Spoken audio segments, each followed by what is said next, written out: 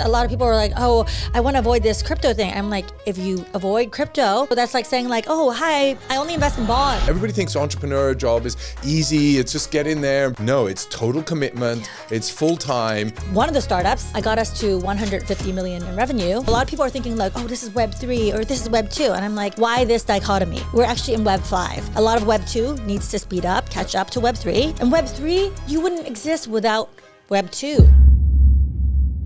Hey everybody, back again. Stefan Rust here. Super excited to be here today with Jennifer Lo from NewChic Capital. Hi guys, I'm Jennifer Cheng Lo. I'm so excited to be here with Stefan. I'm a big, let's say, connoisseur, admirer of his content, his show, and I'm very excited to be one of the first guests in the new year. Happy 2025. Yeah, happy 2025, right? Amazing, yeah. No, and thank you for taking the time out and sharing your insights and what you're actually doing in this space with the community, right? So that's really important. And I think you've had an interesting journey. You've gone through a lot. You're doing a lot of investments. Maybe share some background on how you came about and how NewChic Capital became what it is today. Yeah, sure. So I look back and I think, oh, maybe I should have renamed NewChic Capital well, actually our full name is NewChic Capital Family Office. And then one of the reasons why, I'm going to show off the merch I wore at my last conference, and it was just easier for people to like scan my barcode and find me. Scan the QR code. Can you see the QR code? Yes, guys, you can scan the QR code and find it more about me and follow. But I started NewChic. NewChic actually means new girl. And for me, it was like part of my identity and process because you're right, I've been through a lot. I've been through the trenches of building startups since I was actually in high school and college, as well as back then doing some angel investing and impact investing and just seeing both sides of the coin. And I guess I'm what you would call multi-hyphenate because I'm a sort of a creator, entrepreneur, builder, investor, hybrid. And when I say creator, I'm an actress, pianist, model, singer. There's just a lot I'm up to. So one of the ways that I was able to just put everything kind of together on my journey, and I still say I'm a work in progress because I think we're all work in progresses. Definitely there's more on my canvas now, but I started NewChic after I had a pretty sizable exit in the e-commerce space. And what was that? Can you share a bit about that? Yeah. So it was an e-com company. Yeah. And if you guys look at it, back in the day, it was called Be Crazy in Hong Kong. I was involved with other startups that also exited while I was in high school and college. There were two that were acquired by Yahoo. Yeah. And also subsequently, I had your stereotypical traditional finance hedge fund and also Google competitor experience and new media experience when I was in New York preparing for business school. So I did my undergrad at Brown.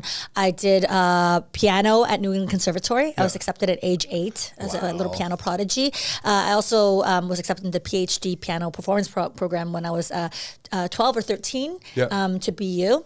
And I also started college courses early at BU Academy before I did Brown. So when I decided to make that leap to Hong Kong, I had actually gotten a very sizable scholarship for HKUST, Hong Kong University of Science and Technology. Yeah, for the MBA program. And then when I came, I replicated my workaholic ways. I was in all the classes, but I also worked about 3 to 5, 3 were full-time jobs, and then the others were startups. And then eventually, one of the startups that I mentioned, I got us to 150 million in revenue. Wow. And the previous company I was also with Rackspace, where I headed up international business development, did about 100 million in revenue a month. So I was like, wow, I was always like a revenue monster, wanting to because I mean, that's what makes startups work, right? And so our exit for Be Crazy, we actually raised no outside financing. Wow. So the exit was the IPO. We were folded into Ensogo Group, and that was the IPO. And I was able to start with my proceeds, NewChic, my family office, and start investing in different funds as well as founders directly, doing co-investments and still learning. So and then also, I had some of my best friends with me on my journey. So one of them, we were just talking before we started our interview, but she was a poker queen. Okay. So we called her private investment fund ACE And one of the reasons we did ACE is because she was so good at trading. She was managing 200 million when she was 20 years old. Wow. And now I can't talk about her AUM because that's quite private, but like, you know, she's definitely transacted billions of dollars. Yep. And we've grown, you know, the LP base in the last, you know, over a decade and everything. And one of the reasons why I thought that was really important to talk about how I got into NewChic is because after the IPO, that wasn't the end of the story. Yep. There were 2 ICOs of that company, and it became a leading Web3 player. It became Crypto.com. Oh, yeah. So then I was like, you know, when I say I was like accidentally doing the right thing, I guess, at the right time, or trying to do the right thing at the right time. And that's how NewChic was born, because I said there has to be a way for me to be able to continue to create impact as a creator, entrepreneur, investor, builder, and collaborate across the ecosystem. There's a lot to unravel. Sorry, there. that was like more than that was like 5 elevator pictures. Yeah, no, interesting. Stefan. I mean, it's you know, Crypto.com, before it was actually called Crypto.com, you will know that it was actually called Monaco.com or something, right? Monaco was the first ICO. Yeah. And 3 of my Web3 partners, I say two are on my investment committee. Yeah. If you go to NewChic Capital, you see, and they were very instrumental in both the white papers, the ICO launch, and everything. So it was Monaco. And I've been to Monaco before. I think it's lovely. It's like the smallest country.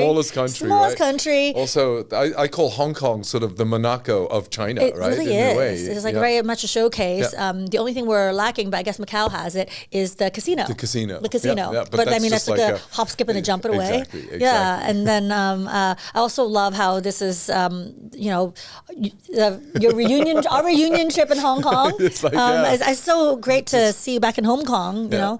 And I with Crypto.com, I mean, there was like a lot involved before, I think, for the foundations. The fact that we had e-commerce before, that we had to have so many partnerships with the payment partners, MasterCard, Visa, everything. Like, we had to lay a lot of groundwork before that actually happened. So a lot of Web 2 things had to happen before Web 3 and before now we're doing Web 5, basically. And I think what you're doing is really fascinating, right? Because having taken the learning piano and getting a scholarship on piano must have been a lot of hard work, right? So you put in a lot of time and training and practice, and then being an entrepreneur at the same time. Everybody thinks entrepreneur job is easy. It's just get in there.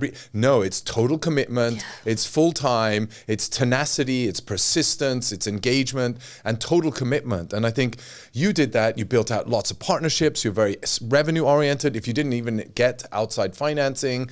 So, and in a day when e-commerce wasn't so transparent, right? A lot of people didn't know, is this going to take off? I'll never give you my credit card, right? It's like, and so that's very challenging. And having that experience and bringing that to venture and new investments, how do you look at new talents and new opportunities, right? You're involved in a lot of different projects, some very more mature, some early stage. How do you look at which projects to invest your time with and spend your time on? Oh, that's a great question, because I mean, I know you as you're very entrepreneurial, investment-minded yourself, right? So what I look for when it comes to people, projects, companies to invest in, advise, or partner with, is I look at a lot of times their track record. What have they done before? Like, were you filled with grit? That's my favorite 4-letter word. Were you filled with that? Like what you were talking about, the tenacity, pushing. Back then when e-commerce, people were like, well, I don't know, it's like really convenient to go downstairs and buy something, especially like in Hong Kong and in Asia. It's like super easy, it was like super easy. And then it's like pushing a rock up a hill when you're on this e-commerce journey, because sometimes you really feel alone and isolated. And even as the companies get bigger, like the same thing. But when it comes to the end of the day, what I look for people who are, they have passion. What you just mentioned, commitment. Are they truly committed? Like, skin in the game. Are you investing, sufficient amounts of your own resources, whether that's time and capital in? Are you also long term? Because there are a lot of people who are looking for a quick buck, and that's not like, and I look for them as the same way I would be like relationships or dating. Like, is this person a good person? Is this team future focused? Are they trying to create real impact? Or are they trying to like line their pockets? Like, and in Web3, do we want things that are rug pulls? No, nobody wants that. You want things that are sustainable, that are going to create value long into the future for our children, our great grandchildren, or for in perpetuity, forever. And so I look very carefully now more so, now that I'm, an older millennial than before, I always try to look, wow, like if this is someone, and that's another reason why I also try to see people as people. Yeah. If this is not someone you want to have like lunch or dinner with, or if this is not then I always tell people likability is as much a part of the equation as fundability. Yeah. You have to be a likable, good person, because life is too short to have bad actors on your cap table or as partners, right? So you have to be very, very careful. And I continue to curate. And I don't think you hear that enough, right? I mean, and it's so true, right? I mean, in especially if you're taking equity, right? With Web3, it may be slightly different because the time to exit is a lot faster usually than in equity scenarios where you have anywhere between 7 to 12 years. You're working together with an entrepreneur. So it's I'm going to spend my next 7 years believing in you, or up to 12 years believing in you, and I want to be able to have a dinner with you, or get to understand your business, or be able to trust you with doing the right thing. Absolutely. And so that's interesting. And I'm seeing a very different evolution in the landscape, especially in Web3 when you're doing investments, right? We had big VCs. It started off with crowdfunding, right? We had the ICO boom. It was really anybody could invest. Yeah. Then you had big VCs coming in with big checks supporting VC crypto projects. And then all of a sudden now we're getting to a point where it's sort of DAO oriented, right? Yes. With Echo, with Legion, you've got all these new projects that are emerging where it's really, again, trying to get back to the community that can invest early in and capture some of the upside. How do you see the VC/family office/DAO investing landscape play out? That's a really good question. I started my own DAO during the pandemic. There you go. It's the Gen Club DAO. And you can go to like genclub.com or jenniferchenglo.com. We're also launching some really crazy good things in the AI space soon. Yep. But one of the reasons why I created a DAO before was so that I could give people access and be inclusive in certain ways. So I mean, you and I were chatting about like NFTs and everything. I think the same way, I feel like there's this push and pull between retail and institutional that doesn't necessarily have to be there. Not everything has to be a GameStop scenario. I mean, that was a very exciting, moment in history, right? But I also think a lot of times I was having a conversation with one of a big exchange leader. I'm just going to keep the name out of it. But where I was saying like, a lot of people are thinking like, oh, this is Web3 or this is Web2. And I'm like, why this dichotomy? We're actually in Web5. A lot of Web2 needs to speed up, catch up to Web3. And Web3, you wouldn't exist without Web2 sensibilities, definitely. Right? So, and then you were also making that really important distinction between equity and token. A lot of times, some of my investments, actually, for one we might discuss later, is a combination of equity and token. Okay. Because sometimes, if you're equity, you're there for long term. But of course, token can be a liquidity event. Much like people say, here a traditional company, we're paying out a dividend, and then similarly, like my relationships as it comes with founders, it also is very important to look at the relationships with fund managers and people who are watching over your because I was saying the other day, like, because someone was watching a race at the Jockey Club, right? And I said I've said this before in other interviews. I like to ride my own horse, not fall off. But this is not from riding a horse, by the way, guys. And bet on other horses and riders. Because at the end of the day, it's a marathon. It's not a sprint, right? So I think I'm still thinking of ways that all these can converge together. But for me, a DAO, and also when you buy an NFT or membership, or real communities are actually DAO in terms of governance. Because, and then there is, some people are like, oh, a DAO, everyone has a vote. Or I'm like, wait, there actually has to be some centralization. Otherwise it'd be chaos. You need to have leaders. You can't be like, wow, everyone has one vote. It can't be like that. And then it also has to be nimble. So I think it's going to be a combination. I think obviously what we're seeing in the next 4 to 5 years is a seismic shift to everyone really engaging in the mass adoption we've been talking about for so long. And I think we're only starting to scratch the surface of this iceberg. Yeah. And I think DAOs are really early on in the development, right? I mean, if you look, DAOs are not, I mean, they haven't been around for 10 years, not even, right? I mean, maybe 5, 7, 8 years, something like that. So there's a lot of learnings that we're going to go through. You don't have the history that you have from multinational companies and organizations with 50 million lawyers trying to help structure these businesses better since 1800s or something like that, right? Yeah. So it's like a very different landscape. And I think that's the great thing and the beauty in crypto is we have a lot of opportunity to experiment. And I think we're seeing a lot of experimentation. When you brought up, right, the fact that all these different projects, and they don't need to be institutional versus, it's actually, they can go hand in hand, which actually, if you look at the momentum and the cultural movement and engagement around NFTs, around meme coins, how do you see that evolving and where do you see that going? Because that's super interesting versus the traditional institutionalization of crypto into traditional models, which is one angle to pursue, right? Yeah. Where do you see meme coins and NFTs as a big NFT supporter, and here you go, right? Yes. One of the, this is actually quite funny, and it plays in very well. People asked me before why I started my DAO, and part of the reason was there was like a wait list of people who wanted to like meet me. You know, we have this old GM culture, and so in crypto. So I don't mind being, oh hey GM, but I mind when everyone thinks GM means give me this, give me intro, give me money, give me. And but I did want a way for people to understand like, NFT ownership. It's not like, oh, right click save, I have a JPEG. So this is why Quantum Cat. It's part of, you know, obviously you mentioned like the Taproots Wizards, you know, I know Udi, Eric, and the gang, but there are other amazing ordinals as well as ETH blue chip NFTs I have, like the Bored Ape Yacht Club, the Zuki, the Penguins, the obviously, Penguins, so many I could name, and then in ordinals I'm trying to keep right now my Pizza Pets alive. I have like 16 Pizza Pets, and I was an early Pizza Ninjas, you know, support. I mean, there's so much, and even if you look at some of the, like for example the Pizza Ninjas, they're tied into Bitcoin Frontier Fund, and they're, when it comes to NFTs, I feel like in terms of retail as well as institutions, a lot of people look at it as fine art collecting, and for me, actually early on, I thought I was the first pianist on Ethereum.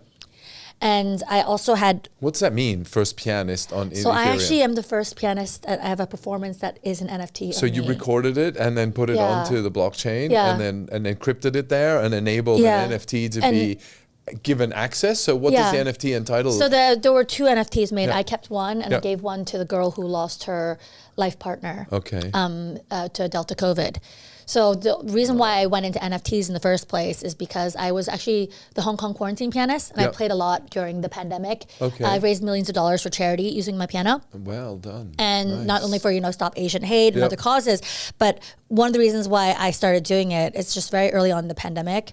I played and they recorded it, and then the girl and family was like, mint. So I gave her one copy. I kept one. And during that time, I met, you know, obviously the people behind timepieces, just a lot of people early on.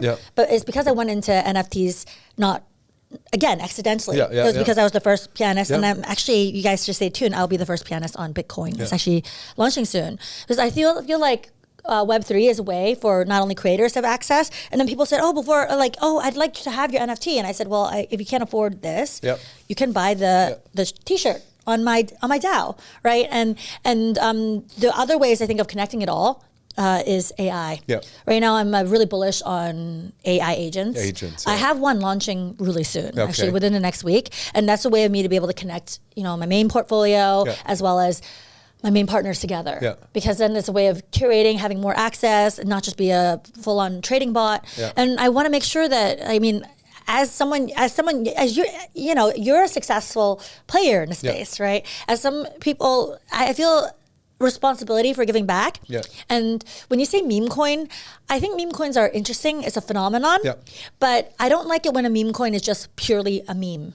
Because if it's a fad and there's no real substance, then that's not meme. That's great, but that's like a monopoly money. For me, like, it has to add value in some way. And then some of my NFTs that are now having exits, I see them as great vessels that I use to accrue the token. And it's like, hi, my wallet's still here. Oh, great. I can participate in this liquidity event, such as we just had that amazing airdrop with penguins. With penguins, right? Pengu, Yeah. And I think on that note, right, I mean, it's like, to me, to your point, meme coins are evolving, right? We're seeing Shiba, they're building their own layer 1 or layer 2. You're seeing the same with Pengu, right? They moved on to Solana. They're building their own chain as well. Their abstraction layer, they call it, right? And there will be a lot of rewards to the community that they want to express their gratitude for helping support ultimately the evolution of Pengu.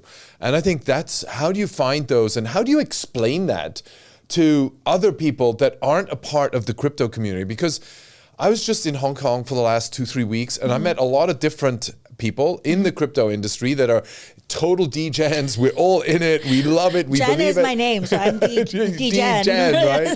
And it's in our DNA, right? It's flowing in our blood. And then you meet other sides of the table and it's just really, oh, it's bad. It's never going to happen. It's illegal. It's only done for bad things. And so it's like, how do you, and then you tell them about meme coins. And then it just is like spirals out of control, right? It really does. One of the ways right now, one of the reasons why I'm choosing to launch my AI token on, for example, the Virtuals platform versus Pump Fun, where everyone's like, oh, Pump Fun, is because I'm not in it for the pump. I'm in it for the long term. I've seen some of my actually close friends get memed and also burned as a result. Like one of my portfolio companies, Runway, Sichi Chen, this is on crypto Twitter. His daughter has a brain tumor. Oh, no. And he was actually trying to do a good thing with the coin because they named it after him.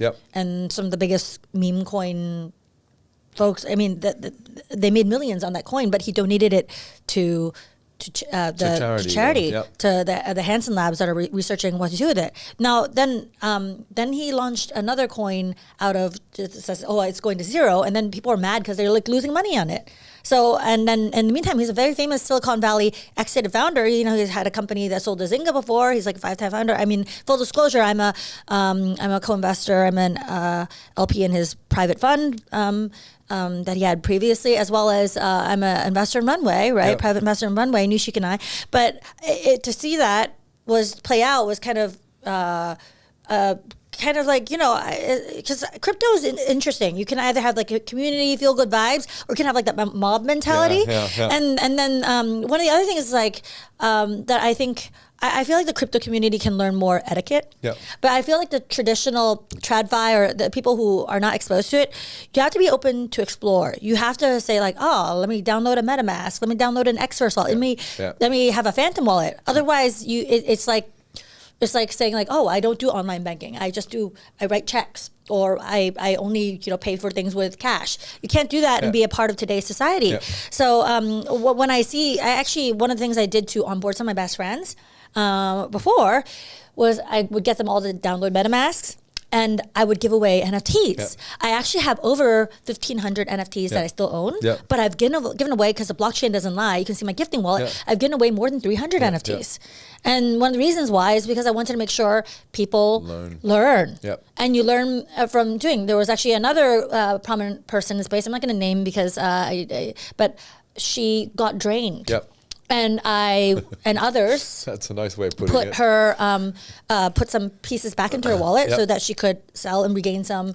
Again, she's working on a very prominent project now. But I think like as entrepreneurs and investors, we only learn if we're going to make those mistakes and then try to figure out, how do I solve other people's pain points? So those are the type of projects I want to partner with, invest in, back, and create myself. Like right now with AI, I know we're going to get into that later, but one of the reasons why I'm doing my own AI and I've trademarked myself is like, I don't want to see my picture and face being a meme with people just using it, or it's similar like in the space. Sometimes I'll say like, well, I'm not an investor in that project, and then they're like, oh well, like well, how come your face is on the white paper? I'm like, wait, what? How did it get on there? Or sometimes when I go on Telegram or Twitter, and that's some of the reasons I'm very careful of my social media, is because I'll see fake accounts of me. And then my other friends who are more high profile in the space, they also have that problem where it's just like, oh, well, I have to report that imposter or the scammer who's using my good name and my picture, or Right, so there's just so many, I think, guardrails, and I'm so happy to see right now a lot of regulation happening. So that way, you can't have people who are completely degen and chaotic and like, oh, well, let's have a random DAO, let's have a beer DAO. Can't do that. And then you also can't have, retail needs to behave, but institutional also needs to catch up. And I'm a hybrid, so I'm someone who likes to be both sides. Yeah. And I think there's an emerging group. I mean, ultimately, Truflation, I see us right in the middle, right? Yes. We're on the degen side where they don't trust the government anymore, so they can trust our numbers. Why? Because it's on the blockchain, it's real time, it's way faster than manually aggregated single items of data, no big volume, old, stale, 6-month-old data, right? And so ultimately, you can play the two. The TradFi guys get it, and the degens, they like it because it's something alternative. Well, data is king. That's why king. when I was looking at Truflation's site, I was like, wow, this is remarkable. Like real time, I can see the inflation index, I can see like the AI index. Oh, we got all the different indexes. Pulling everything in. Yeah. And ultimately, it also became around education, right? We wanted to educate the people. What is inflation? What does it mean? How does that impact you? What is purchasing power? And how is that impacted by printing more money? And then ultimately, how, with all the data that we have, how do we build other indexes and show that with indexes, you can actually learn about the underlying. And through financial speculation and participation in financial opportunity, you can also learn about the underlying in a more hedged, in a hedged way, if you will. That's amazing. I think it's so important when we create these tools, fintech tools, Web3, Web2, Web5, that we continue to educate ourselves and everyone about the usage. I mean, you're creating a toolkit here that people can use, and I think it's just very, very salient for the times. How do you feel? I mean, you brought it up earlier, right? And I always struggle, right, with regulation versus self-regulation, right? So government-oriented regulation versus self-regulation. I felt that in the crypto community, we do have a lot of, it's open sourced, right? Yeah. We do learn from our mistakes a lot, and we do have a lot of policing ongoing. It is anonymous policing to a certain extent, which can have a bit of a backlash and can actually go the wrong way. But we do have a lot of tracking, policing amidst the community that are actually trying to drive change and build it to become a better community ecosystem, whatever you want. And then you have the regulatory side where old, stodgy people in a big bureaucrats that haven't been elected are deciding what laws need to be put in place to protect the incumbents. And how do we balance and create this hybrid version that can live together synonymous, in friendly, right? At least, if that's possible. How do you see that? It's so hard, right? So hard. Yeah, I can just see it's like, oh. It's so hard. I think of it like what you just said about the communities being self-regulated. It's true. Yep. Like sometimes there's like, if someone's commits sort of a nefarious act, then you'll have all these on-chain detectives, everybody just exposing. There's no hiding. Yeah. I mean, I don't care if you're doxxed or not, you will be doxxed, right? So I call it like kind of the wild, wild west. Yep. You do have like the sheriff in town, you do have the people, it's almost like a neighborhood watch group, right? But then I also feel like it's very necessary that we have these, I know you can call them like, stodgy, old, but we do need to have folks who are making legislation around it. We can't all just be, in a like. There's one of my other friends just went to Burning Man, and then someone else went to the Wonder Food. I haven't been to either, full disclosure, but I've been to some of the crypto conferences.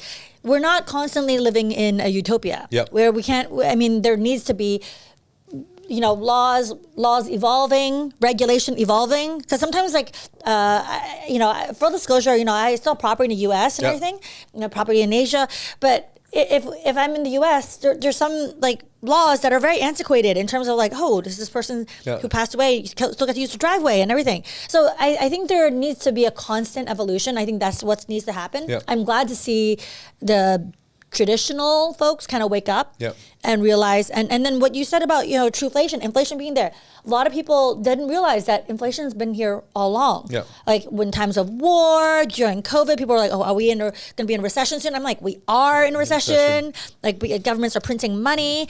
We need to know our true purchasing power. And then a lot of people are like, oh, I want to avoid this crypto thing. I'm like, if you avoid crypto or you avoid having tech stocks in your portfolio, that's like saying like, oh, hi, I only invest in bonds. Yeah. Like you can't do that. Yeah. It's like actually more dangerous because then your purchasing power and your economy is just going to not, it's like not having diversification. Yeah. But I understand what you mean. I feel like very pulled in all directions right now because sometimes I see like someone flailing inside the crypto community. I'm like, oh no, like just like, or I see someone in Web 2 thinking like we're just talking right now, like should we tokenize, diamonds, we tokenize things, right? Yeah. But there's some people like, oh, I'd like to tokenize like my my graduation napkin. I'm like, I don't know. That's like not something that's like very like, maybe it shouldn't be tokenized. Yeah. There's things that shouldn't be, right? So there's some things that like have economic viability, some things that don't. And then there's some things that are real crimes and some things that don't, right? And for me, I draw the line when it comes to people being physically harmed. Yeah. Women and children, trafficking, if crypto is being used for that, like, no. Yeah. And then if someone's like, oh, I'm using it to like go, buy a house, I'm like, that's interesting. That's good. Yeah, good use case. Yeah. But and then that should be regulated. Yeah. Like if you're buying a house, you still have to pay your property taxes on the house. Yeah. You can't just be like, I just bought a house with crypto, so there's no, So that's really interesting. I mean, we're dealing with projects like, Spice, which is a marketplace for trading spices. Oh, wow. Cinnamon, pepper. Yeah. And why? Because you can't get bridge financing. Banks do not lend for the purchase of bulk orders associated with those spices. So they're leveraging DeFi to finance the acquisition of spices from farmers and then sell that through to the wholesale buyers, right? And so ultimately you're seeing the blend starting to take place where real world transactions and businesses are starting to deploy and work with DeFi native sort of solutions, right? Which is ultimately what I believe is what we set up crypto for, right? To be able to build new rails and enable new people to participate in new opportunities, which is sort of what you're doing with your DAO, allowing people to invest in new projects, and also what Spice is sort of doing with and what we do is we love their price feeds because we can now work with independent people, aggregate the pricing of cinnamon, of pepper, of all sorts of other spices, including all the way to diamonds, right? We just had a meeting today around tokenizing diamonds. How does that happen? Diamonds or carbon credits. Yes. They're so complicated. They're so diverse. Yes. How do you build sub-indices to then aggregate and get up to the pricing of a simple diamond and be able to then talk about that? So those are all aspects, but the time horizon that these entities work in are very different to the time horizon we're used to in crypto, where we need it in 3 months, 6 months, 12 months, it's gotta go. Oh no, we're happy to do this over 5 years and we're gonna invest and we're gonna get it right. We're gonna have a committee that has a committee to decide over another committee. The committee that has a committee. And then we have to invest between AI and we have security, cybersecurity, we worry about that. We worry all these other aspects that, to your point, where am I going with this? Is regulation. I think we need some form of regulation to support that, but we also need to encourage the development and the acceleration of change. For sure. Because the new generation need hope. That's right? Exactly it. If we don't have hope, I was reading this, watching this really sad attitude. I see, there's different countries. I saw a documentary in China where a lot of the new generation, Generation Alpha, the ones that come after millennials and zillennials and alpha, they just feel like, I'm just going to lie flat now. I just don't feel a point. Generation Alpha. A Generation Alpha. And I also call them, a lot of them, I met this, teenager. Oh, no, actually, this I'll call him a degen. He started mining Bitcoin when he was 11 or 12. And I'm like, wow. And I said, well, this is why crypto exists. I mean, and also for you, just now, you were mentioning the exchange for the spices. I mean, we're helping. And at the end of the day, you want to help underbanked people and people who are just trying to engage in commerce. And what did the blockchain start off as? A giant ledger, right? And then we have to make sure, like, oh, all right, now this vanilla spice, this particular person gets his goods to market, or this person, and it's just like there's so many variables to look for. And what you said about long-term, that accountability, that's important. Not just like sitting there and being like, oh, shoot, an hour ago I should have sold so I could get like 30x on my, my meme coin. So full disclosure, like some of I call them my chief meme coin advisors, my chief meme coin officer. Like I have a couple of those between ages of like 18 and 23. Because over 23, they literally have like I was like, can you channel? They were like, I'm going to turn on my ADD. I'm like, okay, yeah, turn it on.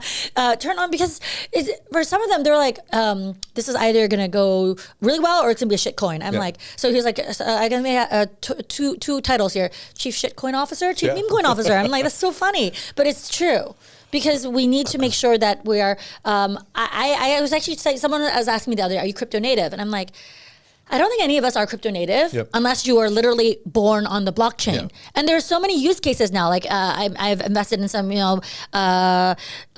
med tech and pharmaceutical companies and funds, for example. There are so many.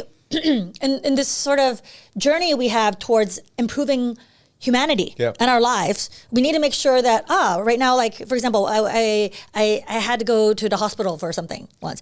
They got my blood type wrong, and I'm like, oh well, my blood type should be in your record, and then they're like, oh no, it didn't transport from the other hospital correctly, and I'm like, okay.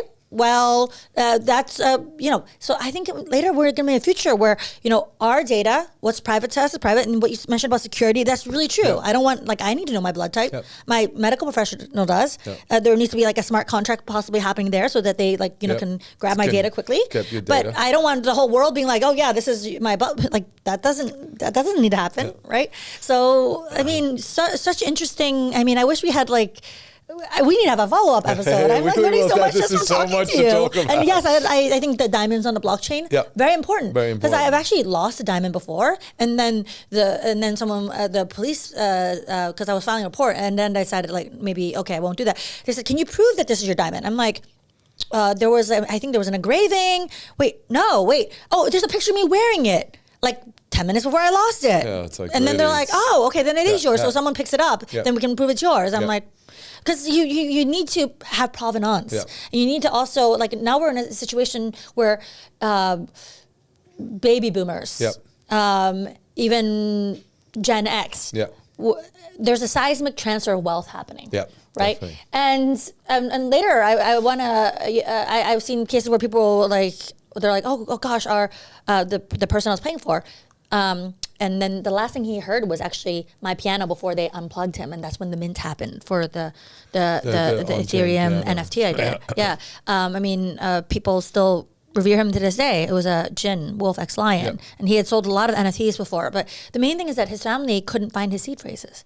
So he passed away so suddenly, right? So it's kind of like we need to make sure that those who are going to inherit, whether it's charities or family members and friends, that they know where they're going. Right now we're like, and blockchain can solve for that. You can have a legacy, trust. You can have, digital assets being on chain, also real world assets. Right now you're talking about real world assets and from things we eat to things we wear, luxury being on the blockchain. It's so important. How do we bring all of that on the blockchain and then have it to a certain level where, it's not digitally native, but ultimately it can be verified, and you can have a network of participants that verify the authenticity and the accuracy of that data. I actually already want to partner with you, because actually one of my other companies that I co-founded with at the time he was a teenager. And my other partner, he and my other partner, they had gone through the Draper program together. And so it's called Globalify. And it's a AI Web 5 search engine. and we have now 1.8 million signups where people are trying to figure out, okay, what's a real connection? Is this a real investor? Is this a real entrepreneur? What are they doing? So, I mean, I think right now a lot of people are trying to connect the dots in terms of all these like information overload, the data we're having. What's real data? Verification? What's just noise, right? So for that one in particular, we've had actually several success cases where people are like, I kept sending my investment deck to a consumer tech VC. And what I should have been doing was targeting a climate one. And I'm like, and then I put one of them in contact with my climate portfolio company. Right. Okay, and I was just like, and then I put the climate portfolio company in touch with someone who was like doing carbon credits, and they're like, oh, that's interesting. Yeah, because they're based in Europe. Yeah. So we're day 3 into 2025, right? I still feel like we're like moving slowly out of 2024. 2025. So what do you, I mean, you mentioned AI, right? So what are you most excited about in 2025 and where, we've got a new president coming in. We've got most likely a friendly regulator in the US at least. The rest of the world has adopted crypto. Asia has been very pro crypto. Maybe China not from a government perspective, but the Asian community are very attuned to crypto, very number savvy. Where do you see 2025 and what gets you excited outside of the AI realm and agents? What are you excited about? I'm very excited. 2025, I think we can only go up from here. We've actually really weathered a really long bear for a while in Web 2 and Web 3 markets. And I think we're still in a hybrid bear bull phase, but I think 2025 is going to be the start of a true bull market in that we do have you're right about China regulation not being very crypto friendly, but they are also, I think, making attempts. And also there are a lot of people in my NFT communities who are from China who are very active participants in these communities. And also when you mentioned like in the US, I think they are definitely taking the lead in terms of championing crypto, but also making sure it is regulated to a degree that it makes sense too. Because I feel like right now, even when it comes to normal regulation, governments are having struggling enacting those, right? So and when it comes to 2025, I see more of a free flow of ideas, exchange. I think a lot of people are going to come in and be very excited. My one sort of piece of advice is don't FOMO, like don't have that fear of missing out, because a lot of, and then also there's so many people, experts and KOLs in the space. Understand that people can buy their followers or people can have sort of not true engagement. Like look and curate some more. Look at your projects, look at what you're doing, curate your life, curate your circle, because I think that is more important. Like, and having beacons like, I'm really bullish about what we're doing at Globalify, what you guys are doing at Truflation, just like really kind of rely on real people, real actions, real value being built. And look at people's track records, like what have they done as people, what have they done as entrepreneurs, what have they done as investors, and don't and then what is it called? DYOR. Do your own research. You have to do your own research. And then when someone is talking about something, don't take it. It's not financial advice, because a lot of times, if I do something, I will also hedge and make sure I am, I'm not sitting there, oh gosh, like NewChic, yes, it's MOM, my own money, but I'm not sitting there giving financial advice to my friends. Like they're all co-investors, some of them have their own family offices and funds, right? And then we decide when people are like, oh, I want to chase the alpha. Alpha is good, but sometimes alpha is not true alpha. Right? So I think a lot of it is like 2025 is explore, have that feeling of exploration. I'm very excited. I think like we can only go up, but then don't get greedy either. If you have gains, also don't be constantly trading, like in and out. Like the people who trade too much, they lose money in the long run. Like hold and invest. And then if you have to make a trade, do it carefully, make sure there's like security involved, etc. Like you're signing with, and then you're holding a hard wallet versus a soft wallet, and don't put all your eggs into one basket. There's a lot of people who are like, oh, I'm a Bitcoin or hey, I'm this meme coin billionaire. And I'm like, so you have $1 billion of a meme coin that's worth 0.00. That has no liquidity. That has no liquidity. You can't trade it. You also have to look at real world assets. So some of the Web3 folks are like, I'm so bullish on this. I'm like, great. Yeah. Do you have a place to live? Do you have like 6 months of income saved up? And then with companies too. Yep. I think they have to be more cautious because the stakes are higher now. Yep. So before, the rule of thumb is like, have 6 months of runway saved up. After the pandemic and during, I told people you need to have at least 2 years worth of war chest and be willing to stay lean and act. Don't be like one of those weird people who are like, oh, I'm flying first class all the time, like and this and that, blowing money, and blowing money. You have to conserve your resources because we're in for a marathon, not a sprint, and there will be more there will be more winter. It's very cyclical. So that's what I have to say. But I'm very optimistic about 2025. Yeah, so I think optimism is a key thing, right? There's going to be a lot of opportunity for everybody out there. Mm-hmm. Do your own research, right? Make sure you have a conviction and a strategy. And then work and align with people that are actually building substance. Why? Because they will teach you opportunities and you can work through them versus just somebody that invested into something, a token, they don't know what's really underlying that, and they've invested it through a buddy who recommended to another buddy who told them about this opportunity, because that's the FOMO that you want to avoid. Yes. And so those are definitely good sage advice from Jennifer and NewChic Capital. So that's amazing. So thank you very much. I really felt we have to do it again. I think there was so much to cover off. we could go on for another 3 hours, but we're not quite Joe Rogan yet, so we won't do that. But thank you very much for your time, your insights and learnings. And please follow. Where do people follow you? So I'm on Twitter, Instagram, also TikTok. I'm just Jennifer Cheng Lo, Cheng Lo everywhere. And then the reason why I don't go by, well, I guess if you could call me J-Lo for short, I guess, but there's another. I go by Jennifer Cheng Lo, and it was such a pleasure to be here because I feel like I think the one thing I always want to be doing is, like, to all of you out there, always be creating, always be doing, always be learning, and look out for AI because we want to make sure that we are owning our technology and controlling it, and not vice versa. And where do you AI, everybody's always talking AI. It's such a big, broad topic. Yeah. And you talked about actually narrowed it down already in terms of agents, right? So you've already said that's an area. What are 1 or 2 projects that you really are excited about that maybe you can share or you're working on? Sure. And what would that agent be doing for us? Oh my gosh, or with us? That's so funny that you're asking. So one of the reasons why I'm leaning so hard into AI as well as Web3 and in technology and investments and entrepreneurship in general is Stefan and I were talking about how we need more women at the table. Yep. And that's why I'm very honored to be on your podcast as well, because I think if we're not here and having these discussions and not doing the right things and not having C-suite roles or leadership roles, we are invisible. Yeah.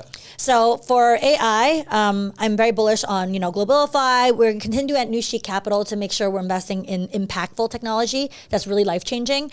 So there were some pharma tech ones that we did. I think in the future, you're going to see even AI bots doing microsurgery. Yeah. We've invested in physical AI, like mobility companies, like those little robots that do delivery. And I started investing in AI about 5-6 years ago, actually. So it's now time for me to actually have my own AI token. So you can look up very shortly. When is this episode out? And if you... In the next, imminently. Imminently. Wow. Okay, so you can look out for a Jennifer Cheng Lo AI token that's verified by me that I'll be endorsing on my socials. Yeah. And this AI is going to be a combination of knowledge as well as not just a trading bot. It will also provide access to me, to various important partners and portfolio, and be able to triangulate all the good we're doing. So I also was, I was actually half tongue in cheek saying, someone said, you're going to have an AI agent. You have more than one. So I've actually invested in another company that I have an NDA with that Sega put an $8 million in their pre-seed, and there's very notable people like obviously Yatsu, a longtime friend, and other people who got in very early, like I did as well. By the way, he's the CEO. He's the founder and chair of Animoca Brands. So we're also very fortunate to be early private investors. But that particular company was in the avatar space and the gaming space. So my AI, just the tip of the iceberg, is going to be able to get you and get me connected across all the metaverses and all the things I'm involved in, as well as the communities. But the other thing that's very important about my AI is that those who don't know me IRL, you can interact with my AI. So it's another way of gaining a little bit of access to me, as well as me sharing a seat at my table. So those with access to my token, which is dropping soon, I'll say some allocation for you. There you go. As well as the AI agent, they will be able to do more good exponentially, and my AI agent will be partnering with other AI agents. But that company I invested before, they actually are the behind one of the top AI agents right now as well. So please follow Jennifer Cheng Lo. So Jennifer with 2 N's. And then Cheng, CHENGLO on Twitter. And please stay tuned to the new alpha and stay in touch. Oh my gosh, thank you so much, Stefan. Thank you, Jen. Thank you.